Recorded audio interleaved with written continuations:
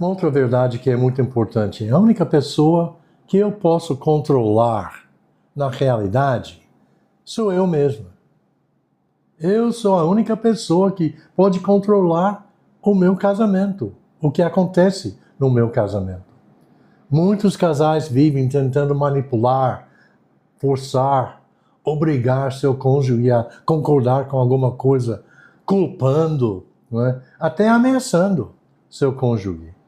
Mas tudo isso não passa de uma forma de submissão forçada, de escravidão matrimonial. Devemos fugir de qualquer forma de manipulação, de força física ou emocional, ameaças. Essas são atitudes do mundo. Não tem nada a ver com o plano de Deus para os nossos casamentos. Também outra coisa relacionada com isto. Devo evitar um espírito hipercrítico, porque isso prejudica, enfraquece qualquer casamento. Jesus diz em Mateus 7, não julguem, para que vocês não sejam julgados, pois da mesma forma que julgarem, vocês serão julgados. E a medida que usarem também será usada para medir vocês. Jesus termina dizendo, próximo versículo, porque você repara no cisco que está no olho do seu irmão e não se dá conta da viga que está em seu próprio olho. Aplicam essas palavras ao seu casamento. Essas palavras se aplicam perfeitamente aos nossos casamentos. Não é verdade? Não devemos ter aquela atitude hipercrítica que eu estou sempre buscando e achando algum defeito no meu cônjuge, na minha esposa, no meu esposo. Devo primeiro preocupar-me comigo mesmo. Tirar a viga, Jesus diz, do seu próprio olho e depois verá claramente para ajudar a outra pessoa. Muito importante. A fórmula para a felicidade conjugal começa com cada cônjuge, determinando a cuidar-se de si mesmo. E ao invés de assumir o papel de inspetor, de juiz, de crítico do seu cônjuge. Paulo diz umas palavras também que se aplicam aqui, eu acho, muito bem em Gálatas 6, versículo 4. Ele diz, cada um examine os seus próprios atos. E então poderá orgulhar-se de si mesmo, sem se comparar com ninguém. Está vendo? Devemos examinar a nós mesmos. E isso nos preparará para poder ajudar a outros, inclusive os nossos cônjuges. Relacionado com isso, podemos afirmar que a nossa felicidade no casamento depende principalmente de nós mesmos. Quer dizer, de nós mesmos. Devo olhar, em primeiro lugar, a mim mesmo e a minha contribuição ao bem-estar do meu casamento. A pergunta deve ser, o que é que eu posso fazer para fortalecer o nosso casamento? O ser humano quer quase sempre culpar os demais por suas próprias falhas. Não é verdade? É culpa de fulano que eu cheguei tarde. Não cumpri minha promessa por causa de fulana, etc. Sempre queremos culpar mais alguém. Mas o casamento feliz é aquele em que ambos os cônjuges assumem responsabilidade pessoal para o sucesso do seu casamento. É como um time de futebol, não é? Se um jogador só fica culpando os seus outros jogadores de equipe, então aquela equipe nunca vai conseguir chegar a ser tudo que poderia ser. Mas se cada jogador se preocupa com si mesmo, então a própria equipe receberá o benefício. A mesma coisa no casamento. Palavras. Palavras são poderosas. Palavras podem ser positivas, palavras podem ser negativas. Talvez não haja outra arma mais poderosa ou para o bem ou para o mal, que nossas palavras. Palavras podem ser incrivelmente cruéis, se transformando em um punhal que atravessa o coração do seu cônjuge. Tiago diz a pura verdade, quando ele afirma em Tiago 3, começando no versículo 2, a língua é fogo. A língua é fogo. Com uma palavra sarcástica, forte demais, cruel, insensível, dura, quando uma dessas palavras escapa dos nossos lábios, já não há como trazê-la de volta. O dano já foi feito. A ferida já foi aberta. Ou, em muitos casos, reaberta. Não é verdade? Jesus diz que seremos julgados no dia final por nossas palavras. Escuta as palavras dele em Mateus capítulo 12. Ele diz, no dia do juízo, os homens haverão de dar conta de toda palavra inútil que tiveram falado. Quantas vezes Elizabeth e eu, durante os anos, juntos, não dissemos algo que, naquele mesmo instante, queríamos trazer de volta, mas não podia. O dano já foi feito. Aí então já entra numa outra área que vamos falar, que é da importância de perdão, pedir perdão, dar perdão quando necessário. Todos pecamos nesta área porque todos pecamos com as nossas línguas, às vezes. Mesmo não querendo, acabamos dizendo coisas que machucam o nosso cônjuge. Mais uma vez, voltando a Tiago 3, versículo 2, todos tropeçamos de muitas maneiras. A maturidade em Cristo é a única solução.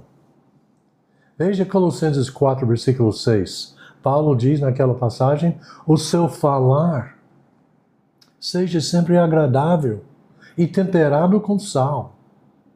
Ou em Romanos 12, mesmo o apóstolo, versículos 18 e 19 diz, façam todo o possível para viver em paz com todos. Amados, nunca procurem vingar-se. Essas palavras se aplicam também aos nossos casamentos. Não é verdade? Que o nosso falar deve ser agradável, temperado com sal. Devemos fazer todo o possível para viver em paz com o nosso cônjuge. E nunca devemos nos vingar de alguma coisa feita por nosso cônjuge. Uma coisa que aprendemos muitos anos atrás, talvez você tenha ouvido falar da chamada regra 5 por 1, não sei. Pelo menos é uma coisa que nos orientou, que nos ajudou. A melhor maneira para suavizar e minimizar o efeito de palavras duras e negativas é a de afogá-las em um oceano de palavras positivas e edificantes. Quer dizer, o ambiente no lar deve ser positivo de modo geral, em que estamos falando coisas que edificam, que encorajam, que animam. E quando temos um ambiente assim, quando de vez em quando escapa uma palavra negativa, uma palavra que machuca, uma palavra que não edifica, então haveremos como aceitar e como até superar aquele momento difícil. Palavras positivas, edificantes, um a outro, devem ser muito mais, como diz aqui, numa proporção de 5 por 1. 5 palavras positivas para cada palavra negativa que sai das nossas bocas. Esta é uma coisa que pessoas que têm estudado muito, pesquisado muito, vivido muito a vida, o casamento, dizem que deve haver palavras, uma proporção muito maior de palavras positivas do que palavras negativas.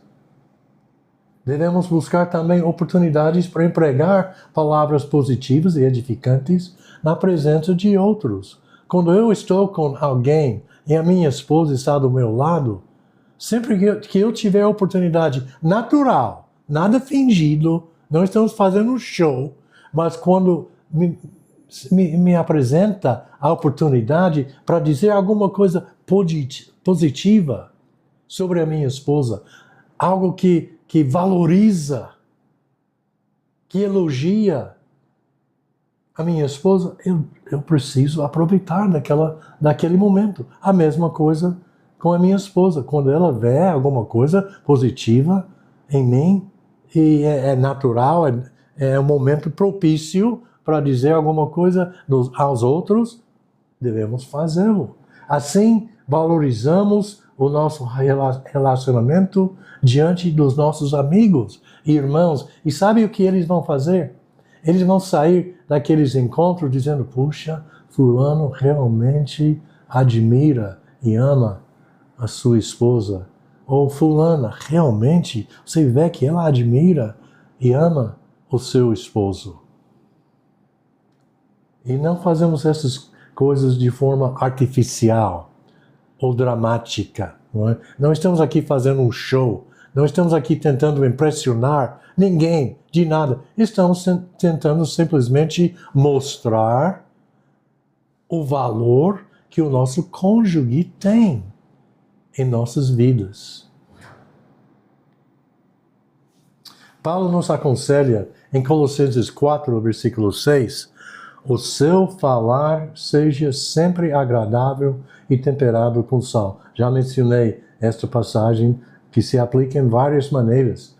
Um relacionamento tão íntimo, importante como o casamento, deve ser protegido e cultivado constantemente. Sabe, o casamento podemos comparar a uma flor delicada, bonita, sensível. Uma flor que você tem que cuidar. É uma flor que não pode receber sol, calor demais. Que não pode passar muito tempo sem ser regada. Deve ser protegida de qualquer dano, qualquer coisa que poderia prejudicar esta planta tão sensível, tão delicada. O casamento é assim. É como uma flor bonita, delicada, que precisa de certo cuidado cada dia para poder crescer e alcançar todo o seu potencial. Quando não recebe esse tipo de cuidado, o próprio relacionamento sente logo e pode começar a murchar, como aquela flor. Começa a murchar porque está faltando água, está faltando luz, ou é calor demais, etc. Os nossos casamentos são como esta flor delicada que devemos cuidar. Este tipo de positivismo que estou falando requer muito esforço e sensibilidade da parte de ambos os cônjuges. Às vezes, por exemplo, não percebemos que tão negativo estamos sendo quando chegamos em casa à noite, depois de um dia árduo, de um dia cheio de frustrações, etc. Chegamos em casa e logo descarregamos a tensão do dia e a pressão do trabalho em nossa esposa, em nossos filhos. Ou vice-versa, a esposa que passou um dia ou no trabalho ou cuidando da casa, mas com muito estresse e dificuldades, e se preocupando em como pagar, como fazer as compras da comida que a família precisa. Às vezes ela então descarrega aquele estresse, aquela frustração em seu marido. Realmente isto devemos fazer o máximo possível para evitar. Sem perceber, podemos chegar a ser hipercrítico de tudo e de todos. Devemos evitar isso. Precisamos ver que o Senhor nos dê, ou precisamos pedir que o Senhor nos dê olhos para ver. Porque em todo lar, todo casamento, há muitas coisas positivas. Devemos pedir que o Senhor nos dê olhos para sentir, para ver essas coisas positivas que existem. Tanto o marido com relação à sua esposa, quanto a esposa com relação ao marido. Devemos cultivar esta atitude de ver as nossas vidas como um copo cheio pela metade e não sempre um copo vazio pela metade. Está me entendendo a diferença? Então, a atitude que criamos e cultivamos em nossos lares é tão crítico, tão importante. Um outro fator que edifica os nossos casamentos é aprender a escutar, realmente escutar aos nossos cônjuges. Temos que aprender esta grande verdade de escutar um ao outro. Essa é uma das áreas em que mais pecam muitos casais. Um se aproxima ao seu cônjuge precisando ter um diálogo sobre algo importante e outro cônjuge não dá bola, não presta atenção. Não é? Pior ainda é quando os dois estão já reclinados na cama antes de dormir e um deles começa a falar sobre um assunto que para ele ou para ela é importante e de repente escutamos o outro roncando. Quer dizer, não está prestando atenção às nossas palavras. Temos que aprender a realmente escutar. Tiago diz, em Tiago 1, versículo 19, as seguintes palavras: devemos estar prontos para ouvir. Prontos para ouvir. Prontos para realmente escutar. Isso se aplica tão bem em nossos casamentos. Quando o nosso cônjuge sente que estamos realmente escutando, a qualidade, potencial de sucesso naquela comunicação aumenta 1000 vezes. Não há nada que destrói mais a boa comunicação do que a falta de escutar. Se não corrigirmos esse problema, eventualmente tudo cai num silêncio quase total entre o casal. E finalmente, as últimas chispas de comunicação se apagam, porque não estão comunicando mais, não estão escutando mais um ao outro. E o relacionamento só pode se enfraquecer mais e mais neste tipo de ambiente. É uma coisa triste. Agora, queria lhes contar uma coisa interessante, uma história interessante. A minha filha maior, que hoje vai completar 55 anos, quando ela tinha 2, 3 aninhos, ela sempre estava falando. Chegamos às vezes ao ponto que não prestávamos muita atenção, porque ela falava, sempre tinha algo para dizer e fazia perguntas. Quando ela percebia, quando ela estava querendo realmente me comunicar, dizer alguma coisa ou perguntar alguma coisa, quando ela percebia que eu não estava realmente ligando com o que ela queria dizer, ela me pegava pelas bochechas e disse: papai, olhe para mim, querendo que eu escutasse as suas palavras. E ela conseguiu, né? Foi uma boa estratégia que ela desenvolveu. Temos que aprender a realmente escutar um ao outro. Uma coisa relacionada com este mesmo ponto. Devemos valorizar o que diz o nosso cônjuge, mesmo que não estejamos de acordo. Quer dizer, quando respondo de uma forma que mostra, que entendo o que ele ou ela está dizendo, mesmo que não esteja de acordo, o que é que isso mostra?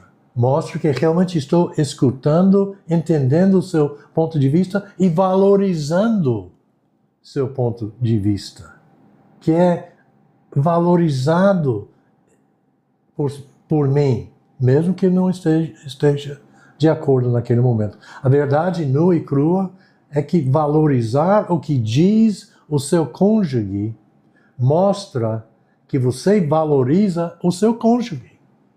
Não é verdade? Que você ama o seu cônjuge. Eu não tenho que concordar com tudo que minha esposa me diz. Ela não tem que concordar com tudo que eu digo. Mas quando escutamos um ao outro, mesmo que não estejamos de acordo, isto valoriza, fortalece o próprio relacionamento. E saímos mais... sai um relacionamento mais íntimo, forte, fortalecido como resultado.